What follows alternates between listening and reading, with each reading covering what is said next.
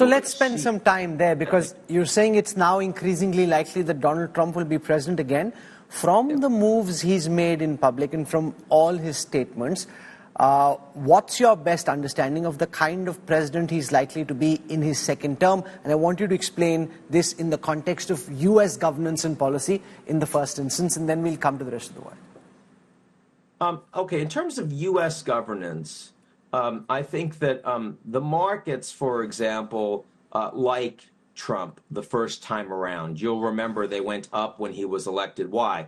Lower taxes, lots of deficit spending, less regulation, more support for CEOs, big industry, less focus on climate change, more focus on allowing American growth. Also significant U.S. industrial policy. That is the orientation from a policy perspective.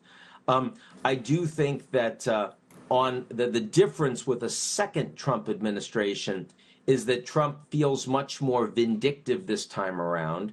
He's been impeached twice, indicted dozens of times, convicted on 34 felonies, and now has faced an assassination attempt. And he blames the Democrats for all of that. He blames them personally. He thinks it's wrong. He thinks what they're doing is illegal. They're politicizing their power. He blames the left-wing media for that, who he refers to as enemies of the people. And I think one of the other things he will do in terms of governance will be to go after those people, to make them into priority enemies. And that means that he will try to politicize and weaponize the Department of Justice, the IRS, and the FBI, which does potentially lead to a new McCarthyism in the United States, which also considerably strengthens the incumbent party. And this is where you get, Project 2025 that a lot of people have been talking about, and the desire to ensure that the bureaucracy in the U.S. government is politically loyal to Trump. So a big change, and those things will undermine rule of law in the United States. Is there likely to be a stronger pushback to a Trump presidency in his second term? Because this time everyone knows that he can be around only for 4 more years. The first time around was all unpredictable, unexpected, and therefore no one had their instincts or thought through how to respond. Do you think there'll be a stronger pushback against any potential Trump excesses this time around? Let's remember that a lot of the pushback came from inside the Trump administration. And so the question will be, will he allow the kind of professionals that don't agree with him and a lot of what he wants to do in the inner circle? I think it is less likely. I think he's learned more lessons over 4 years of governing. You've seen that in the campaign. He's running a much more disciplined campaign this time around than he did before. I suspect that will also play through in terms of governance. Now, more broadly, if Trump wins, it is quite likely that he's going to have a majority in the Senate. By the way, that would be true if Biden wins anyway, because the seats that are up in the Senate this time around, remember, it's only 1/3 of the seats every 2 years for 6-year terms.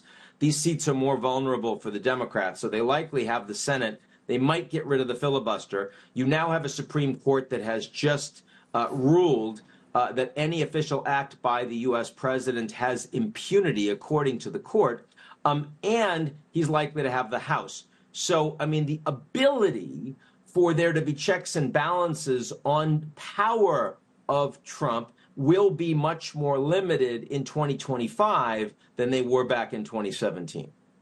What could a potential Trump presidency mean for India and for the rest of the world? How is Trump 2.0 likely to be different from the first version that we saw?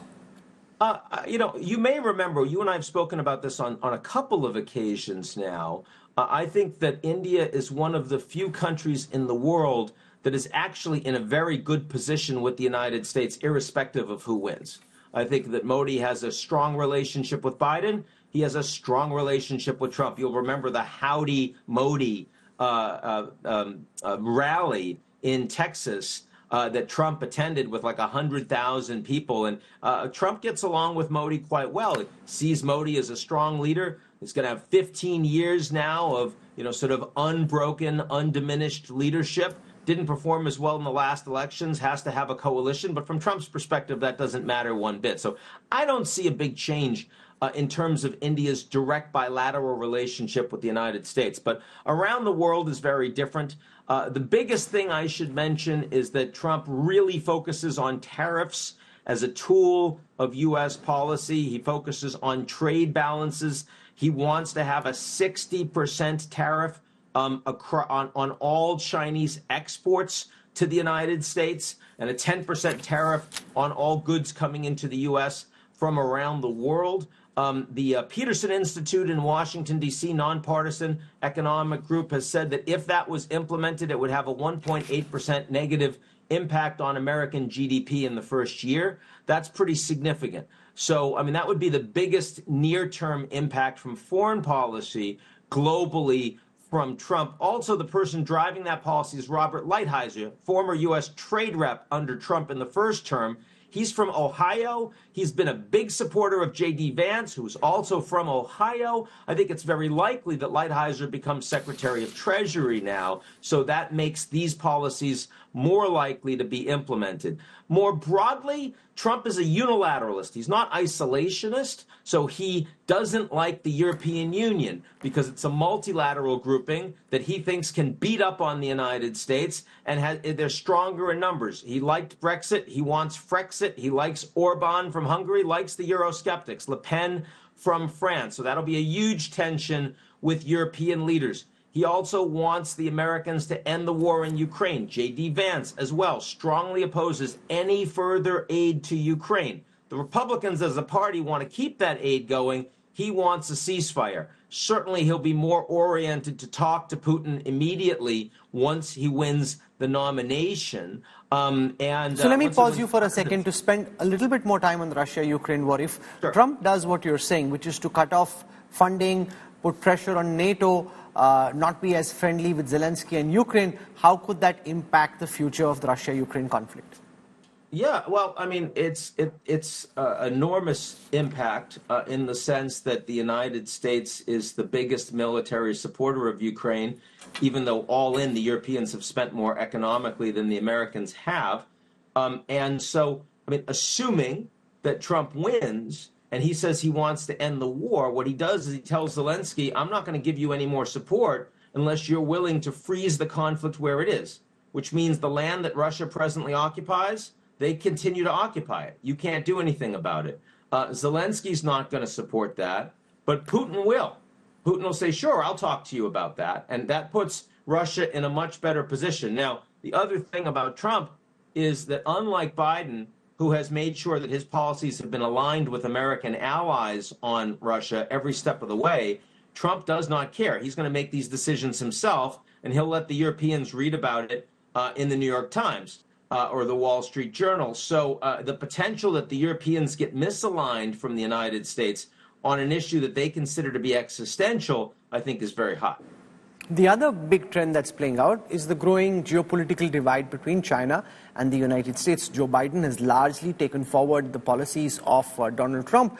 But if Trump comes back a second time, do you think the division of the world into two blocks and the trend towards a Cold War 2.0, does that exacerbate? Is that likely? Or will Trump be transactional and businesslike and find some way of ensuring the situation doesn't spiral out of control? Well, I think we don't know, and we don't know for a couple reasons. I mean, as you know, the Chinese economy is not performing well right now, and that is a serious problem for them. And that has meant that they have tried to avoid unnecessarily escalating conflict with the U.S. over the last almost 1 year. Now, if Trump comes in and he says, I'm going to hit you with all of these really heavy tariffs, it's possible China throws that playbook out and says, okay, we're going to hit you back, and we don't care if it costs us because we have no choice, and we're going to work to split U.S. alliances because we know a lot of allies don't like Trump, so maybe we can pick some countries off in Europe. Maybe we can pick some countries off in Asia. That's one possibility. Or it might be that the Chinese are so concerned about the impact that this hit will have on them that they say we need to cut a deal with Trump, and Trump is transactional. If he looks like he can get a great deal with the Chinese and look like a winner, he doesn't care that the Chinese are nominally ideological enemies of the United States. He'll say, I can work with them. I mean, for Trump, he truly doesn't care if you're a democracy and authoritarian state. If you've got money, you're going to write a check, you're going to make him look good. Just like when he was a real estate guy. He doesn't care who buys his property. If you've got more money, you're going to get it. You can be a criminal, doesn't matter. So, I mean, that is the way he thinks about the China relationship. And I think there's enormous uncertainty. It's kind of funny because China is the one policy where Trump and Biden have implemented basically the same sort of framework over the last 8 years. But the outcomes of a Trump administration on China could be very, very different. Lastly, when we spoke last, you said that there are 5 months to go. A lot can happen. Now there are about 3.5 months to go before the elections. This is the most important election in the world, make no mistake. What are the scenarios that you evaluate? What else could still potentially happen, go wrong, go right in either direction? What are the big risk factors that you're looking at this moment?